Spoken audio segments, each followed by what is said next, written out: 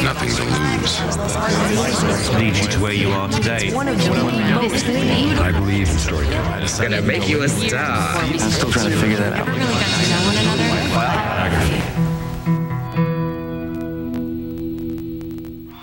In August of 1964, the Kinks, made up of brothers Ray and Dave Davis, Mick Avery and Peter Quaife, released a song that would become part of rock and roll history.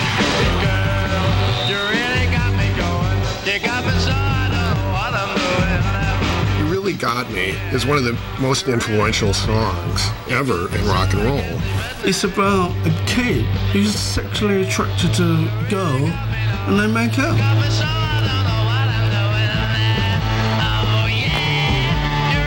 It isn't about I want to hold your hand, you know, it's about sex. And it sounds like sex and it's sinister.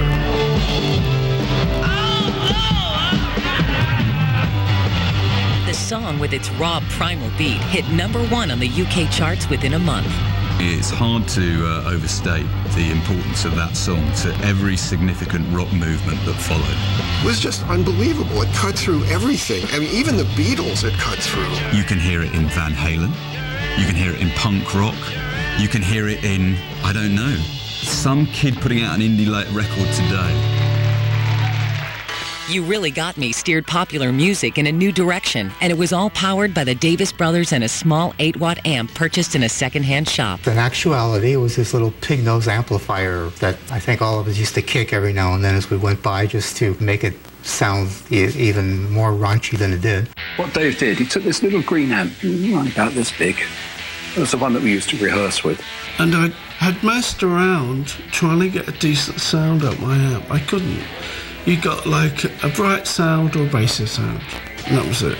So I decided to experiment. Ray said that Dave stuck a knitting needle through the speaker to make it distort, and Dave says that what he did was he took a razor blade and sliced the speaker to make it distort. And I plugged it in, and it made that noise, like, oh, it's fantastic. Dave's guitar was snarling, he's playing these bar chords, and Ray's vocal was snarling. And it was just like, wow, I didn't know you could have that emotion on a record. It was a completely new sound, which was the toughest guitar sound, that we had ever heard. This was a new sound from a new band that had formed just months before in the town of Muswell Hill, London. Well, the Kinks began at the William Grimshaw Secondary Modern School in Muswell Hill. We were at a music lessons. One day, one of our teachers asked us if any of us could play any instrument. He said, because it would be nice if you could play at the school dance. And so it's Ray, Pete, and myself that really started the band. We got together and we found out that in actual fact it worked. It really did work. And we got up on the stage on the night of the school dance and it went down great. We looked at each other and went, boy, maybe we're onto something here. We were like three baby musketeers. Our love for music. We really started rehearsing together. And that always went on at Ray and Dave's place. It's the famous front room. The Davis home at 6 Denmark Terrace served as rehearsal and social hangout. There used to be parties every weekend, and everybody would sing the songs that they liked. And the more we played out, the better we got. And the more excited we got. We had various dramas. Eventually, we came across Mick. When I first joined the band, they were like a blues band, and they did a lot of blues numbers. The newly formed band played under a number of different names. It would be the Ray Davis Quartet if it was Ray that got the job.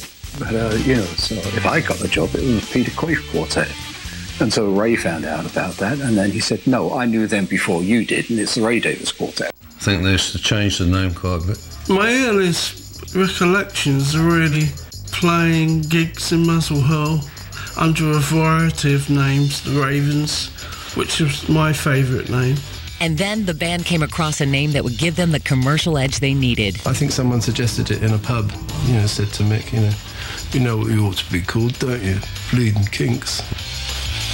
They weren't called the Kinks for nothing. It was a big part of their image that they were kinky, the idea that anything goes. The band's behavior reflected their outrageous new name. Yeah, there's a famous story about the first real flare-up in the group. Dave says something that Mick takes exception to, and Mick picks a cymbal up and throws it at Dave's head. Now, a cymbal is a big, heavy thing. That's going to take your head off if you throw it right. Yeah, well, it's a hi-hat, and I put it upside down, and he went down, and curtains closed.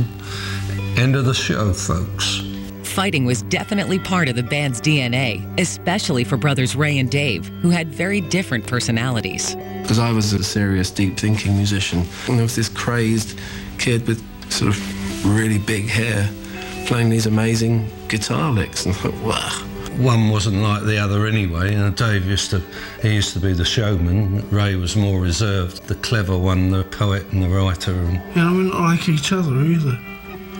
You know, I'm not like everybody else, and I'm especially not like my brother, and vice versa. So it's kind of an interesting dynamic there. And undoubtedly, that gave the group some of the fire that it had. And if you look at footage of them playing You Really Got Me, Ray is quite laid back while he's singing, and over to his right is Dave Davis, raving it up like no one before or since. Even if they were trying to outdo each other, it worked, you know? It was a good combination.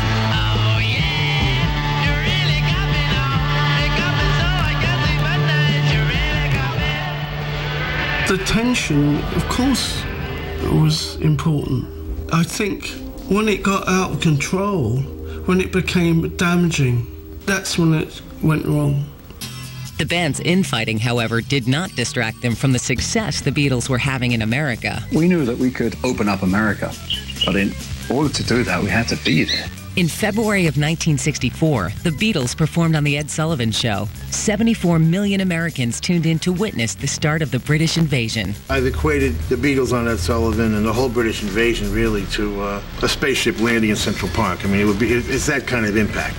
That was the sound of the baby boom discovering itself. And the Beatles come to America and become a phenomenon unlike anything before or after. They have 9,000 of the top 1,000 songs. It's not mathematically possible, but the Beatles rule the American charts and they rule the American teen consciousness, and there gets to be this hunger for anything remotely Beatles-like. You know, when we went home from Christmas vacation that year, the world was black and white. And when we came back in the beginning of January, the world was in color. Everything was different after that, you know? Like other British bands, the Kinks wanted badly to get in on this exciting American market. There were lots of record companies and lots of other bands, obviously, who looked at the Beatles and said, you know, I want to do that too. The Kinks were well positioned to join the invasion. The question was, could these four teenagers pull their act together for America? America was like a fantasy land to us then. I thought if we could go over there and make it there, we've done it all. In 1964, the Kinks recorded one of the most influential hits of all time, You Really Got Me. This song positioned the young band to follow the Beatles into the American market. How would the Kinks transport their unique sound created in the town of Muswell Hill to America? If you look at the way that the group would rehearse in the 1960s, they would travel up to Ray's house in North London, would gather round his piano, and would sing along. Raymond Douglas Davis was born on June 21, 1944, and on February 3, 1947, David Russell Gordon Davis came along, rounding out Anne and Frederick Davis's family of 10. There was always music in the house. My sisters played piano and sang, and my dad played banjo, and there was music. And in those days, growing up in North London, we used to make our own entertainment. Ray Davies, you know, he had 6 older sisters to take care of him. And then when he was 3 years old, Dave, through no fault of his own, was born into this family. And suddenly, you know, Paradise became this sibling rivalry thing. From the beginning, it was apparent that the brothers were different. Ray was a quiet, poetic kid. Inside, he's shy, quiet, retiring. Ray had a sister, Renee, who doted on him. And he had nagged her as a boy to buy him a guitar. She bought him the guitar and she gave it to him, and the same evening she went out dancing and she collapsed on the dance floor and she died. Ray's sister, Renee, had an undiagnosed hole in her heart. So you got Ray in one hand, the excitement of getting this amazing present, and also the emotion of my sister dying. The thing he associates with his fortune, his guitar, is also the thing that's synonymous with the death of his sister. So there must be some very mixed up feelings there. While Ray was more of an introvert, Dave, being the baby of the family, was the polar opposite, an extroverted rebel. My feelings of my childhood and growing up prior to the Kinks were very happy, but very sad, very gritty, but loving and emotional. But Dave's wild style would eventually get him into trouble. Dave Davis had been in a relationship with a young girl called Sue. His age, they were at school together, I believe. I was totally swept off my feet. It took over my whole life. Their passion was uncontrollable. One afternoon in a London park, they were caught in the act by truant officers. Dave was promptly expelled from school. And she had become pregnant, and the two families had got together and conspired to keep them apart. Sue's parents were telling her that I didn't want her anymore, and my parents were telling me that she didn't want me anymore. So imagine you carry that around with you as you grow up. And I think it really messed me up a lot, emotionally a lot. By the age of 15, Dave had dropped out of England's school system.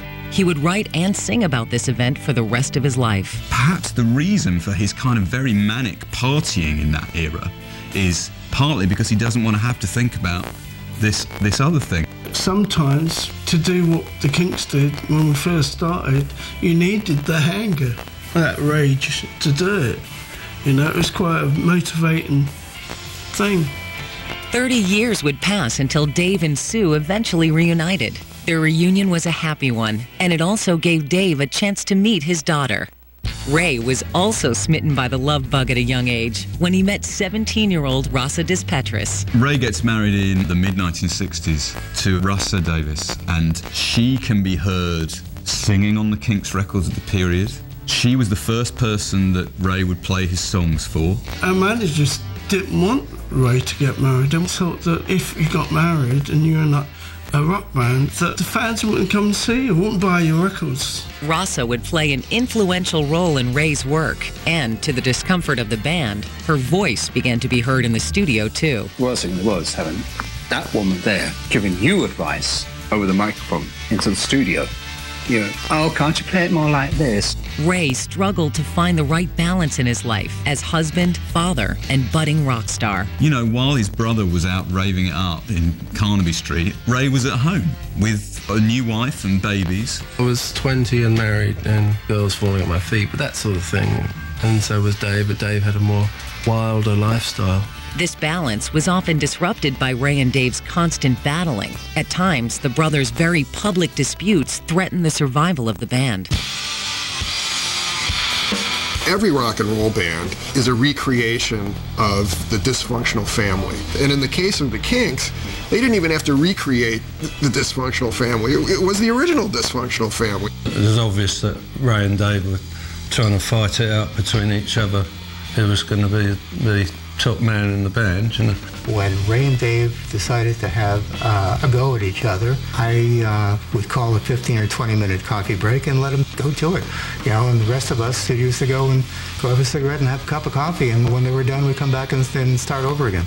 The band did put aside their differences long enough to begin recording demos. It was at this time that they also came across two young socialites, Robert Wace and Grenville Collin, who would want to become their managers. Wace and Collins were the Kinks' management. You know, they were quite a strange, upper-class duo who had no real experience in this area and yet had the chutzpah and the charm. I thought it was the most exciting prospect because I was a young boy, you know, I was 16 years old, entering into a business that I'd always loved. I thought, oh, you know, they'll look after us and nice people. And I was really quite naive. I think we all were. This is the great 60s thing, these opportunities for people who previously would not have had the opportunity. The flip side of that is they often didn't know what they were doing. Wace and Collins only made the band's life even more confusing, getting the band another manager, Larry Page, and a tour promoter, Arthur Howe. They were uniquely disadvantaged with their management because there were already so many of them. Well, that's when it started to get very, very difficult, very hard. It was all due to the greedy little Robert and Grenville duo. They wanted us out there playing as much as we could, doing as much as we could, cashing in all over the place so they could get paid. Despite their inexperience, Wace and Grenville managed to get the Kinks' demo one fine day to Shel Talmy, a young American producer who had a production deal with a small label known as Pi Records. The first time I ever heard the Kinks was when I was actually in Denmark Street at a publisher, and Robert Wace, who was one of their new managers, walked in, and then he said, "Anybody here would want to listen to a demo?" I said, "Sure." Loved what I heard, and I said, "Let's pursue it and see what's happening." He was great. He didn't know what he was doing either, but that was probably why it was so good. We were all kind of around the same age. We were all a bunch of kids. The Kinks' management deals were made legally binding in January of 1964, and within a few months' time, the band suddenly realized they had practically signed away everything. It does seem pretty clear that they signed a bunch of bad contracts and that they were making a lot of money for people other than the Kinks. Even in those days, I thought, you bastards, you really don't care about us, do you? And we had agents and we had other people to pay, and it was like 60%, we're left with 40%, and we've got to pay all the expenses out of that, and there's 4 of us. Despite these obstacles, the Kinks released 3 hit singles and 2 albums. When it came time for them to invade America, many wondered if the sibling rivalry and band management would be too much for them to bear. Ray had suffered a breakdown because he couldn't really cope with the workload that was being put on him by the record company and the management. Ahead of them lay their all-important trip to America, but the land of opportunity would not make the Kinks. In fact, it would almost break them. 6 months after You Really Got Me hit #1 on the charts, the Kinks would record 2 albums, score 3 hit singles, and play in 7 countries around the world. During this whirlwind period, the Kinks stopped by to tape a segment on the American TV shows Hullabaloo and Shindig.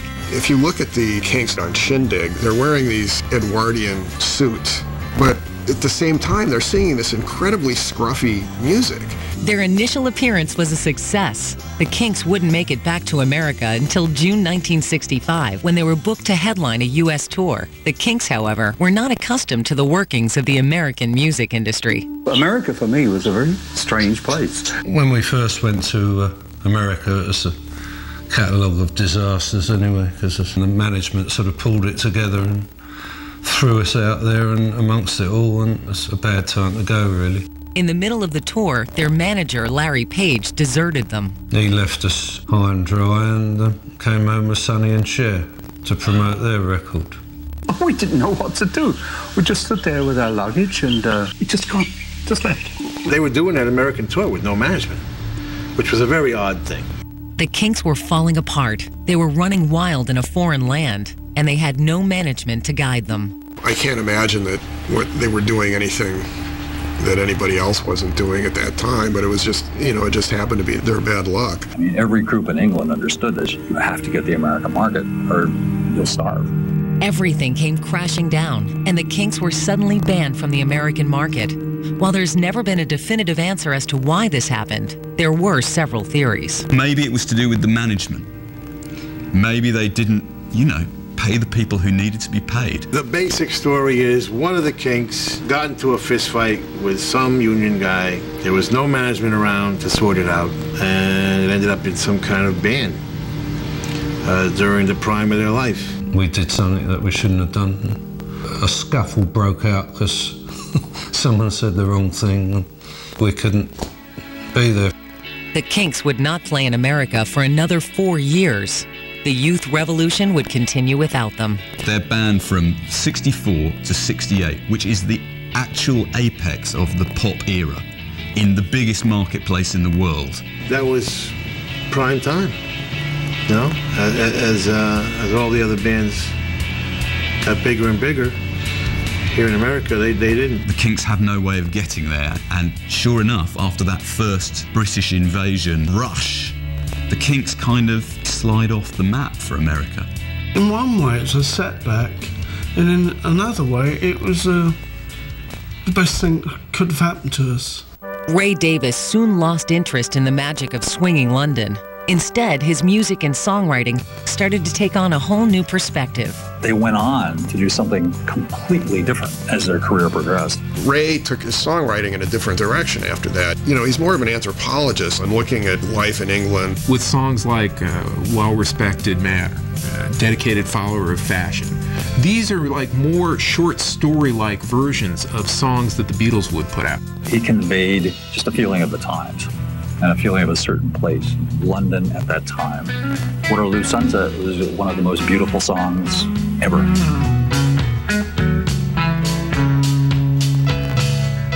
Dirty old river, must you keep rolling, flowing into the night. The Kinks raised the artistic ambition level on tiny little 3-minute pop songs. They can be character studies, they can be part of a concept album, they can be like short stories.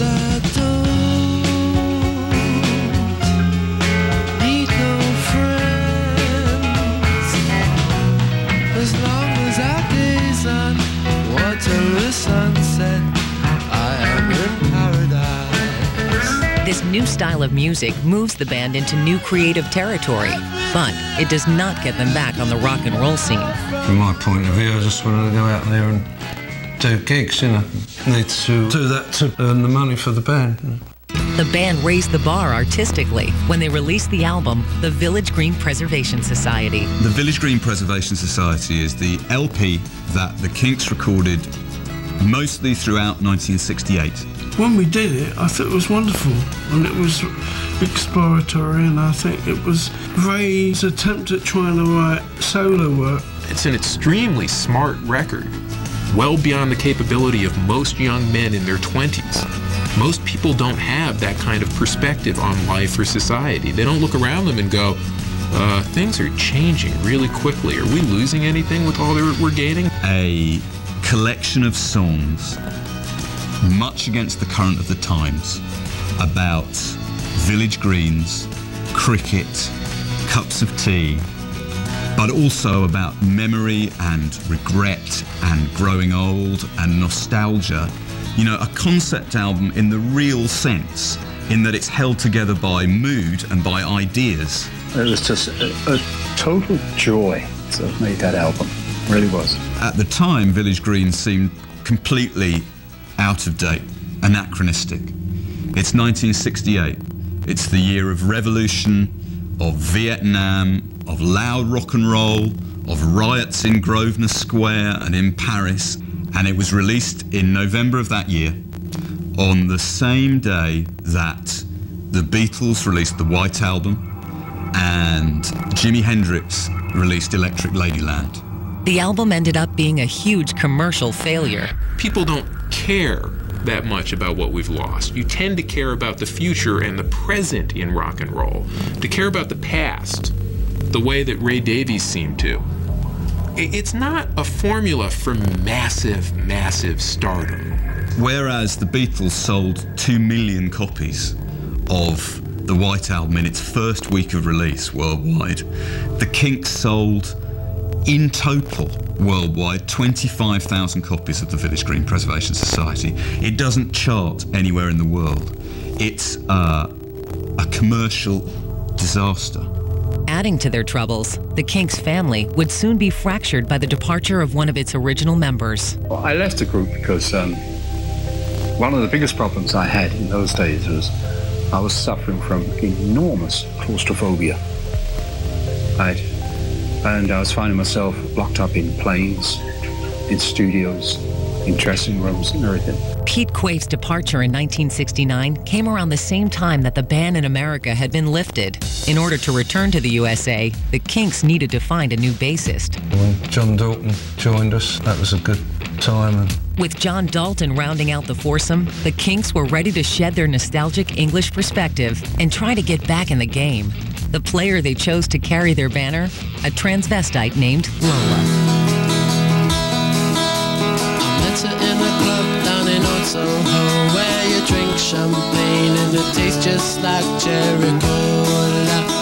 Robert, our manager, was in a nightclub. I don't know verbatim what happened. She walked up to me and she asked me to dance. Robert found himself dancing at 5 o'clock in the morning with this beautiful woman that had started the beginnings of,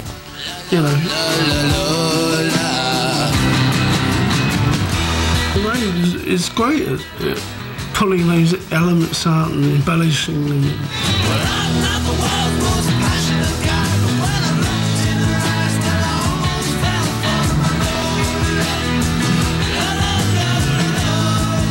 After 4 years of releasing cynical songs about British society, the Kinks managed to get back on the charts with their quirky hit song about an unusual subject. At this point, the Kinks were ready for a second American invasion, but they never imagined how a partnership with a Yankee music mogul would change their lives. By the late 1970s, the Kinks are signed to Clive Davis's label Arista, and they are making big American hit records. Finally, for the first time since the early 1960s. By 1970, the Kinks were able to reach a whole new audience with the success of their hit song Lola. The song went top 5 in the UK and top 10 in America. When I was in college, Lola came out and it was like, the Kinks? They're still around? And, I didn't even know they still existed. With the ban in America lifted, the Kinks were ready to hit the American road again. The story of the Kinks in the 1970s is the story of Ray's attempt to claw back the success in America that he felt had been deprived him in the 1960s. They seem to keep chasing the credit they deserve down increasingly ambitious artistic paths until they're not outdoing anyone. They're not outdoing themselves. Lola was a huge hit single, but writing hit singles were becoming few and far between for Ray. What you find as a result of that is that the Kinks LPs throughout the 1970s are a very uneven listening experience. It's almost like Ray doesn't want to write hit singles. Lola's success was followed by a string of 6 poorly received albums. Muswell Hillbillies, Everybody's in Showbiz, Preservation Act 1, Preservation Act 2, Soap Opera, and Schoolboys in Disgrace. So for me, there's only one thing that I want to be assured of.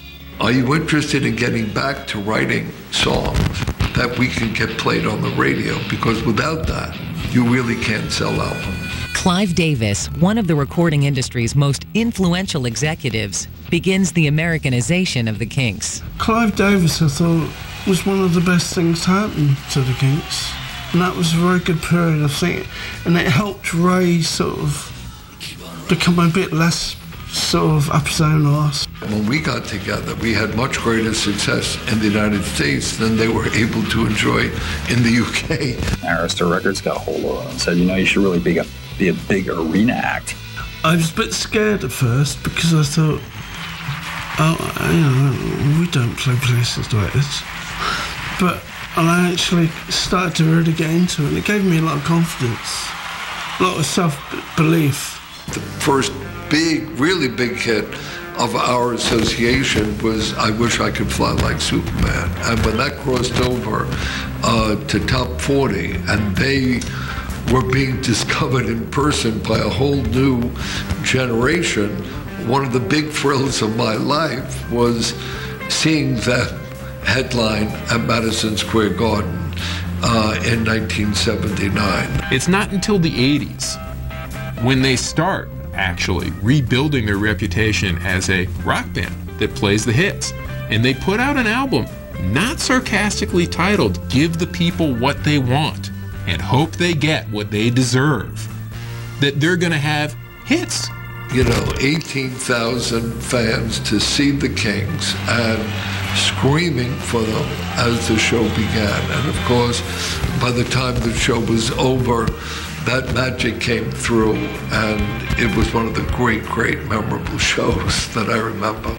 In 1990, the Kinks were made part of American music royalty when they were inducted into the Rock and Roll Hall of Fame. As soon as they were eligible, they were inducted. It was great. Pete Townsend inducting them. Perfect. I didn't like that first, but then I thought, well, hey, we should be in it. There's all these other people in it, and why not? And I thought, okay, we should be in it. Thank you. Throughout this period, however, Ray and Dave's love-hate relationship continued to make the band a dysfunctional family. They were always like that. They were always like it. The thing is that both Ray and Dave are extremely hot-tempered, and they can lose it, just like that, bang. All Kinks music is all grown out of family and love and emotions and all the experiences. They've had fights on stage. They've, he said things that he probably thought were jokes on stage, but were, really incredibly cruel. It is love-hate to some extent. Yeah, I think it is human nature to be a little resentful of somebody you depend on. I think everybody has a thing where they want to be an island. They want to be, completely in control of their own destiny. Nobody wants to compromise at all. Of course I love Ray. Absolutely. Unequivocally.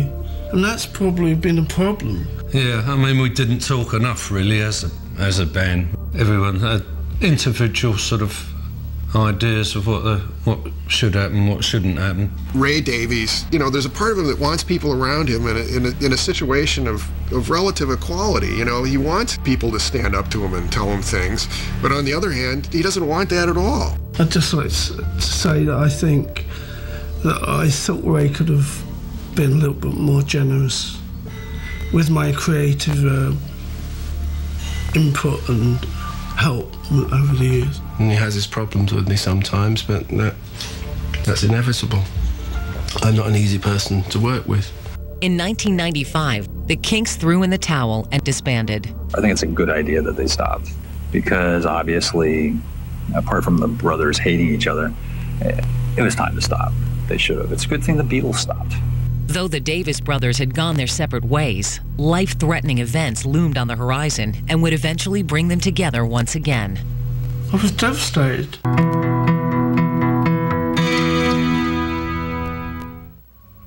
After the disintegration of the Kinks in 1995, Ray and Dave Davis pursued solo careers as singer-songwriters. I think he's a very smart guy and he should be doing more. Really, he should have gone solo years ago. The brothers would lead separate lives until one day, Ray made a bad decision on the streets of New Orleans. There was one incident involving a 59-year-old man identified as Ray Davies, who was walking in a 1400 block of Burgundy Street, Faubourg-Marigny Triangle, with a female. This guy came up to him and knocked his girlfriend over, and took their money and ran off. And, Ray Davies is, since 1964, he's been on this mission not to let anybody else run off with his money. Mr. Davies apparently ran behind the man when one of them turned and shot him in the right thigh. When Ray was shot, I called him up in the hospital. I was on tour myself at the time, and I felt so emotional for him. It was very serious. It could have killed him. They didn't realize that his leg was fractured in the hospital. They got him up to go to the bathroom, and the leg shattered as he was trying to walk to the bathroom. I felt so wanted him to be okay, sort of. We all have motherly things, even men, that motherly thing of protection, I thought. And but I was going through my own bad shit as well. Only a few months after Ray's shooting incident, fate came calling for his brother. And they were coming down in the elevator, as far as I can understand it, and all of a sudden, Dave just went white and collapsed on the floor. And I'm sure a lot of people thought that was the end of Dave. When I came out of hospital, I stayed with my sister Dolly for a few months. And then I stayed with Ray for a while. It was good for a while. He's quite a good cook, not a bad cook. These near brushes with death brought the brothers closer together. I'm sure Ray would not admit that it was a life-changing experience to be shot in the leg in New Orleans. I think destiny may have played some kind of bizarre role here in them both getting ill at the same moment and maybe bringing them together. My perceptions, my life changed drastically. Dave's work began to reflect a new spirituality. I've just finished a film and it's got a lot of music in it, and I'm very excited about the music in it. It's autobiographical, my spiritual path, like since childhood. I'm very happy with what I'm doing now. Just let things go eventually. It also seems to have made Ray more content with his legacy, that he is happy to go out and play older Kinks songs and to take the credit for it and accept the credit and enjoy it. I missed you too, darling. His conspicuous work rate seems to have increased since that shooting. You know, he had been working on a solo album for 10 years that there was no firm release date for it, kept being put back and put back and put back. And then, you know, within 18 months of the shooting, that solo LP appears, and then 18 months later, another solo LP appears. In 2006, Ray releases the solo album Other People's Lives. And in 2007, he releases another solo album, Working Man's Cafe. The songs started to emerge. There were some really interesting songs coming out at that time. His latest album, Working Man's Cafe, it's nostalgia for working class culture that has been destroyed. You know, there's this real nostalgia for, you know, the family that he grew up in and the class that he grew up in, which has been none of which exists anymore. There's a strain that runs through all of Ray Davies' writing after a certain point, where he's basically saying, I don't belong in this world. I was not made for these times. I do not feel comfortable. You know, I was talking to someone yesterday and they say, if you're over 21, you don't exist, which is kind of sad, really, because it just indicates the way the culture's going here. But I'm kind of optimistic. Dave, on the other hand, had published an autobiographical book titled Kink and released a solo album, Fractured Minds. I got an idea for the first song for Fractured Minds, which was the title of the album, when I was lying on my back. I originally sold it on the website, my website. That's what I love about the internet. You can write a song in a hospital bed and put it out 3 months later or a month later. New technology like the internet would help both Ray and Dave keep in touch with their fans. I think the Kinks audience also either expressed through downloads or through blogging or through the internet. And, you know, Ray has been very careful to have a site that people can come to and talk to one another. You know, they seem to be a group that find a repeating young audience. One question that remained on the blogosphere, would the band ever get over their lifelong differences and reunite? A couple of years go by and I start reading rumours and people that Ray wants to get the Kinks back together.